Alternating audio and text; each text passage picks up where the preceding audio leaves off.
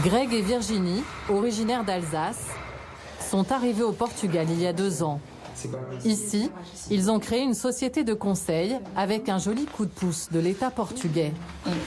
Donc il faudra juste dire des quelques modifications. Au niveau du hall. Ouais. Pour attirer les Français, une quinzaine de métiers ont droit à un taux d'imposition plafonné, 20% maximum contre 45% en France. Cela concerne artistes, médecins, architectes ou comme eux, professions libérales.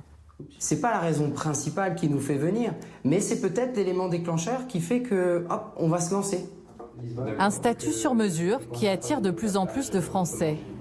Greg et Virginie se sont d'ailleurs spécialisés dans l'accompagnement des nouveaux arrivants. Bonjour, bonjour Monique, bienvenue.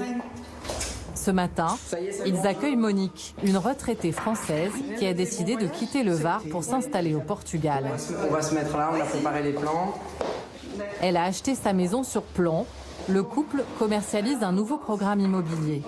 Le salon, salle à manger sur le côté gauche et la chambre suite en haut à droite.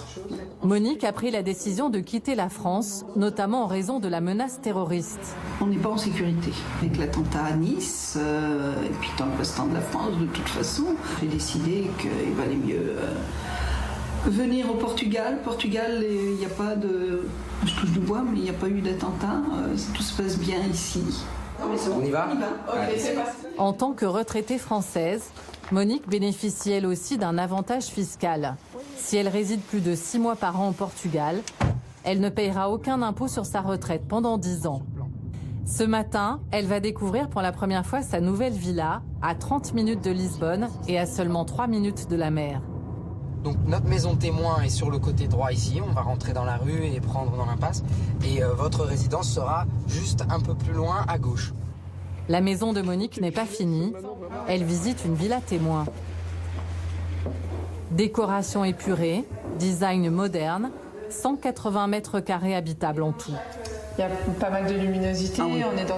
Voilà, c'est traversant. Donc. Une grande pièce à vivre, 3 chambres et une cuisine tout équipée.